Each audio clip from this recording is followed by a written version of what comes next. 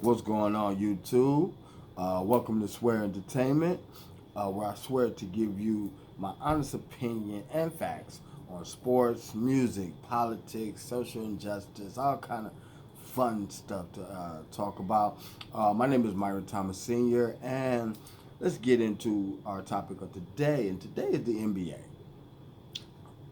I uh, I have been recently watching a lot of videos about the decline ratings of the NBA. Now, I also know that during this beginning of the NBA season is always the hardest for the NBA because they have to compete with the NFL, in which they have been competing with the NFL for a pretty long time. It's been good 25 years or so. They have been competing with the NFL for viewership, for ratings, and stuff like that. What really helped uh, the NBA was Michael Jordan returning, and his influence expanded the game to where they were able to expand. They expanded kind of rapidly because they were also trying to expand along with the NFL when they expanded. Then the NBA decided to let players be able to be drafted right after high school, which started a basically a domino trend in the NBA. It made the college programs weaker because a lot of kids were not opting to stay in college those 2, 3, 4 years, you know, to develop their skills before they go into the NBA because the NBA was offering them a whole lot of money right then and there. So, in turn, is what the product you have in the NBA today. Up until basically 2010, the NBA was pretty competitive. Pretty competitive. Um, to give you a little history, for those who don't know, you go. I'm a '70s baby, but I really started watching sports going into the beginning of the '80s. So I remember Magic winning his first championship. I remember Dr. J getting his. I believe that was in '83. The epic Lakers Celtics rivalry throughout the '80s. That was the rivalry. It was like watching them during the season was fun, but you knew that when the finals came, Lakers Celtics. Then here came the Detroit Pistons. Then, right, we all know the 2 3 peats of the Chicago Bulls, the back to back Houston Rockets. Right. Let's turn the century. We're going to 1999. We have a shortened season. San Antonio Spurs win the championship. Then we have the 3 peat with the Lakers with Shaq and Kobe. From 2002 to 2010, we didn't know who was going to be in the finals. It was a toss up. It was a real toss up because if you look at the champions between 2002 and 2010, you had Detroit win, you had uh, Miami, you had the Spurs, you had the Lakers, you had a variety of talent around the NBA still that it made it competitive. We go to 2010, LeBron makes the decision, which causes the LeBron effect that still affects the NBA to today, that it makes players want to team up with other players.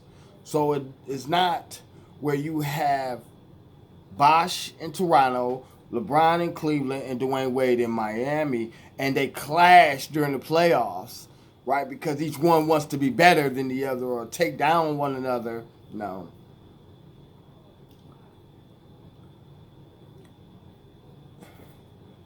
These Cleveland and Toronto are basically abandoned to go team up with Dwayne Wade, which because also Toronto and Cleveland are both in the Eastern Conference, so it makes Miami the only team that could compete with them during this time was the Boston Celtics. And by this time, Boston is kind of a little older, right? So you got Miami Heat. 4 straight years in the finals. Because there really was nobody else in the Eastern Conference that really could compete with them. Because basically the 3 best players in the Eastern Conference are all on the same team. Whereas that in the West, a little bit more diversified, a little bit more balance amongst the teams. So that's why you have Dallas, Oklahoma City, and San Antonio with only those 4 years going to the finals. We jump. LeBron comes back to Cleveland. And as you see by my Cavs hat, I'm from Cleveland. Proud to say I'm from Cleveland. But see, that part about it, don't let the Cavs hat fool you. I'm not a Cavs fan. I'm a Cleveland, Ohio fan. I'm not a Cavs fan. There's a whole story about, and I'll go into a whole nother video and show you all my hat collection and all that type of good stuff. But, so when LeBron comes to Cleveland, and which he already has a all-star in Kyrie Irving here already, he requests that Cleveland Cavaliers make a trade for Kevin Love. So basically, he puts the same big 3 dynamic that was in Miami into Cleveland. What happens? And then Golden State was on that cusp of being the team that they were for those 4 or 5 years. So we all knew at the end of the year, after the first Cavs-Warriors finals, that this is probably going to be the next. I said that it would be the next Celtics-Lakers rivalry duo in the finals, which I thought would be good for the NBA to have that type of historic battling to go on. But it ended up hurting the NBA because as far as the regular season, nobody cared about the regular season. Nobody cared. It was like, I just wait to see the Cavs and the Warriors in the finals. And that was it. Pretty predictable. When we go with the last one, Kevin Durant was already hurt for Golden State, so you already had LeBron out. LeBron in LA hurt for the rest of the season. Lakers don't even make the playoffs. That's a non-factor. So basically, for the first time, we actually have a finals with our LeBron. which it actually made for a good finals. That was actually a good finals. I mean, even after Kevin Durant went down, you could tell that the Warriors were a team that needed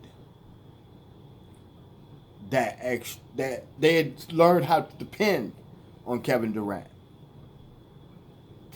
basically. But when it comes down to it, is that the NBA has saturated the market with subpar players. I mean, a lot of these players are pretty good. I mean, no, they are good. I mean, I'm not going to say that they're like bad players or nothing like that. Because you have to be some good to be able to get to the NBA. But it's hard for a team to be able to build a championship team just through the draft. That you have to be able to negotiate and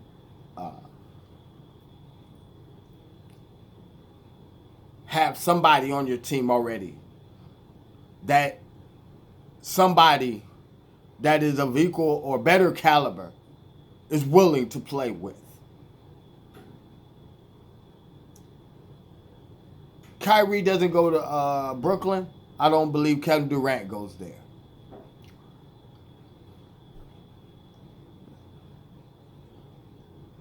Paul George doesn't go to the Clippers only because Kawhi Leonard says, I want Paul George here.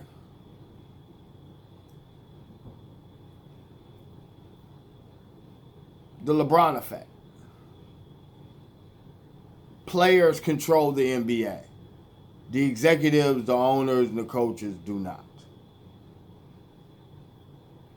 The players control.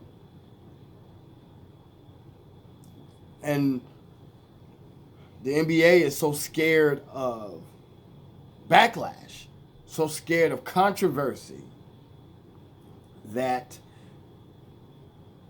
they allow the players to do what they want. I mean, to an extent, of course, but it's like let's address the elephant in the room.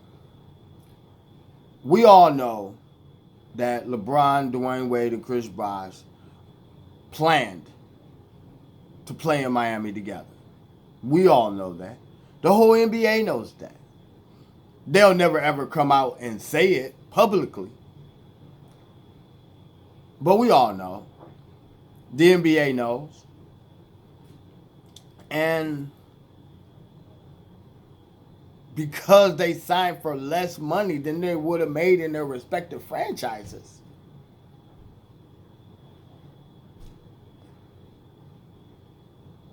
it made it okay.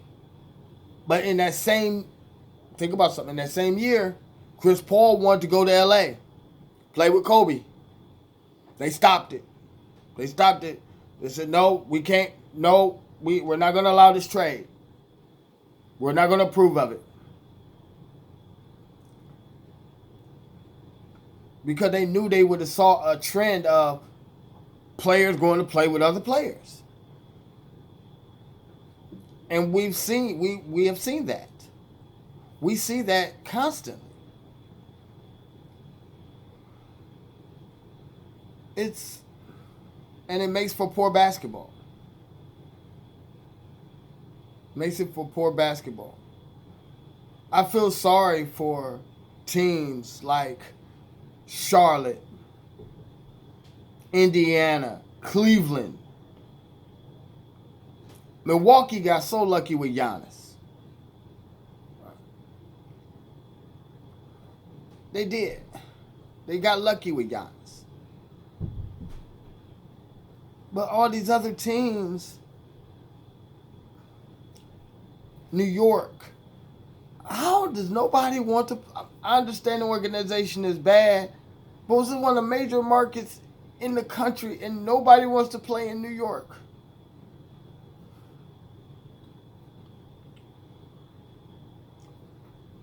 I mean, it's ridiculous. It's ridiculous. I was just realizing something today, that the NBA doesn't promote their games. Like, I'll give you a prime example. TNT has been having a lot of double headers and stuff like that here recently. And that's only because they can do that during the week because football is locked up the weekends. Like this weekend, we got 2 triple headers of football Saturday and Sunday. Who is going to watch any basketball? Who? Unless you just don't like football at all, that's the only way you're going to watch basketball. It's the only way. You're not going to turn around here and switch from a football game to the basketball game knowing that another football game is coming on. Nah.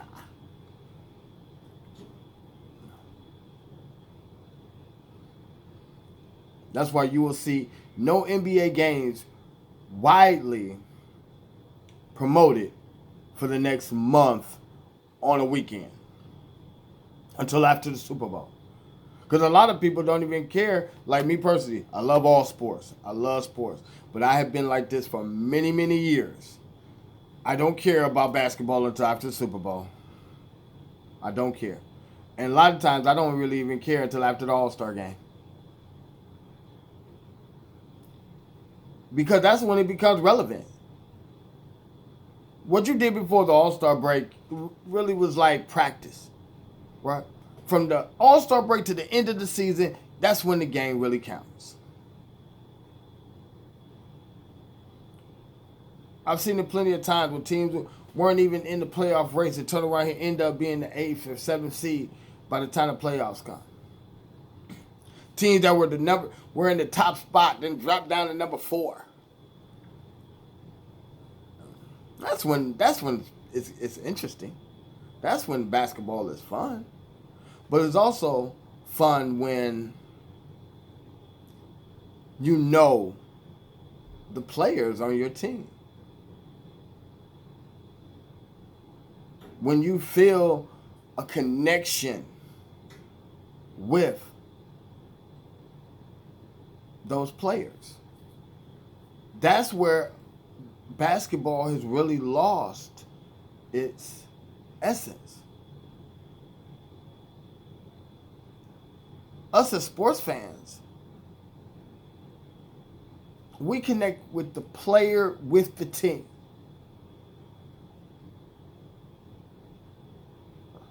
A lot of us I grew up a Chicago Bulls fan because of Michael Jordan. And I felt that connection. So it made me, for instance, try to find the Bulls game on the radio to listen to the Bulls game. Now today, being a sports fan, it's a little bit easier. You got Fire Stick, you got, all these other, almost every game is televised. You got NBA TV and, League Pass and all that type of stuff. And you can watch your team every game. You don't have to search. Or you don't have to, like how I was, getting that newspaper every day. I don't care nothing about nothing else. All I wanted is the sports section. And I'm reading about every single game. I'm reading about every single what happened.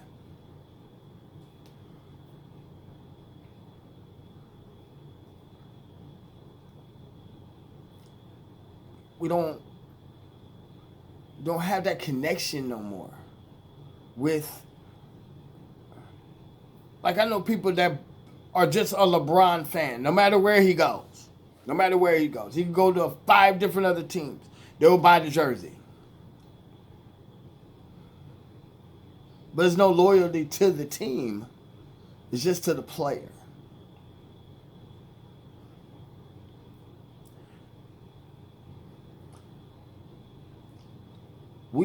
If we look at today's NBA, there's only a few players.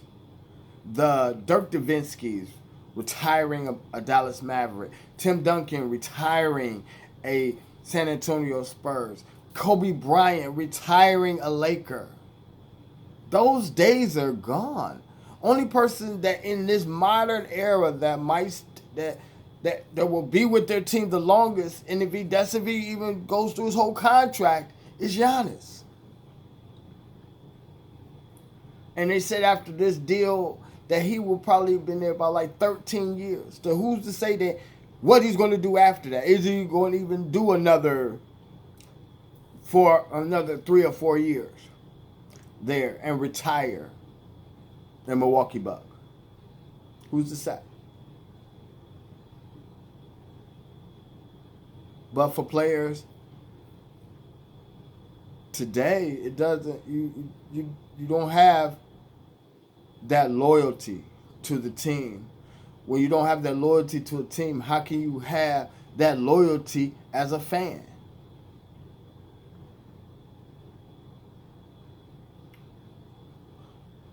How can you? You can't. You can't when you look at your team and you're saying, I don't know who's going to be here this year or who's going to be here next year. So why should I buy their jersey? Buy a jersey for 1 year and they might be gone the next. I feel like I wasted my money. I feel betrayed.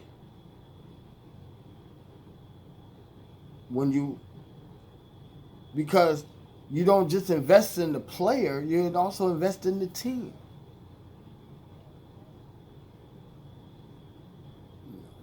You only got like older guys, like me and older. Like for instance, Jack Nicholson is a lifetime Lakers fan. Lifetime. You will see him when all this pandemic stuff is over, that you'll probably see him right there at courtside again, in a mask and everything else, but he'll be right there. He's been loyal. But see, that's 30-year loyalty that I've seen. 30 years. Probably plus before that, but I know 30. Because I know he was there in the 80s, courtside.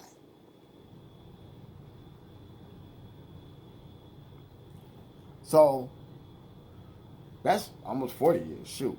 Come on. I mean, you don't have that in the younger generation. You don't have, you won't have that type of loyalty. Because it's all about the player. It's about whether or not my team is doing good, not whether or not I'm a fan of the team, no matter what.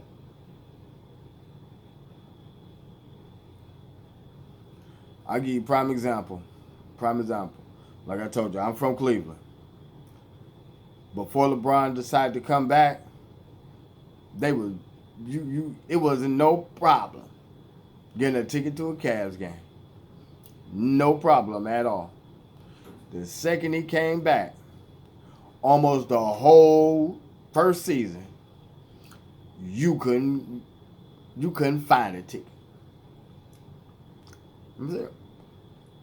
I worked at a liquor store, and I got tickets all the time to the Cavs game, all the kinds. I'm asking all of them, can I get tickets? Can I get tickets? They even saying they got tickets, but we can't get them.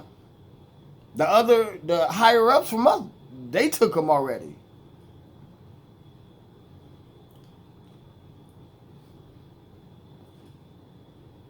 But a year before, I had club seats, all kind of good stuff.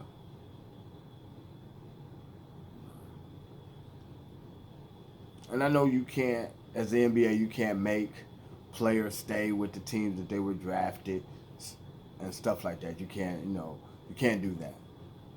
What you can do, and I strongly am for this, is that making it harder to get into the NBA. Make them guys stay in college for 3 years. Make them learn how to play basketball. Because a lot of these kids don't know how to play basketball. They've only really been playing, 2, maybe 3 years or whatever before they're thrown into the NBA and they have no clue of what to do. They have no clue.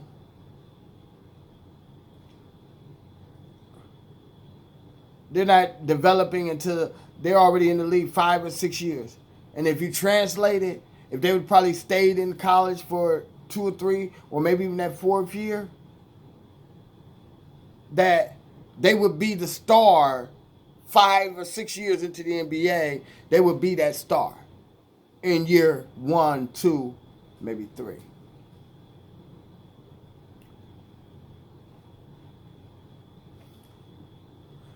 That's why the NFL stays competitive.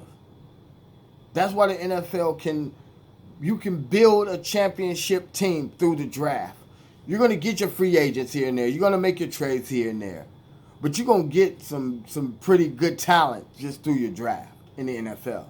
You're going to get some hardcore. You're going to get some talent that you can stick around and have for a long time in the NFL through the draft.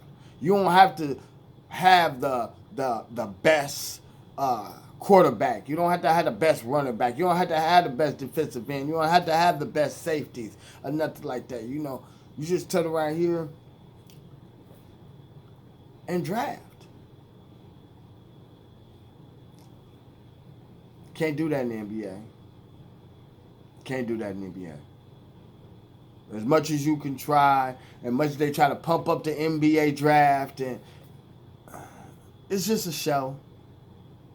Because true enough, half of these players are going to turn around here by the time they get 5, 6 years in the league are going to have been on 2 or 3 teams already. Some even after their first year or 2 disappear.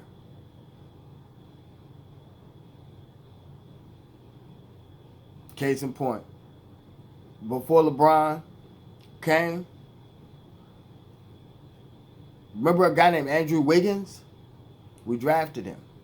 Where is he at now? He's not a major NBA star. Won the first round. Top pick. Where is he at? But I can talk more about the NBA. Because I ain't going to lie, I'll be good with my son. Shout out to Lex Thomas. Right, subscribe, to his channel. He does Blu-rays, he does a lot of amazing things. Right. But I'm about to sign off. Right. Y'all have a good night. Peace.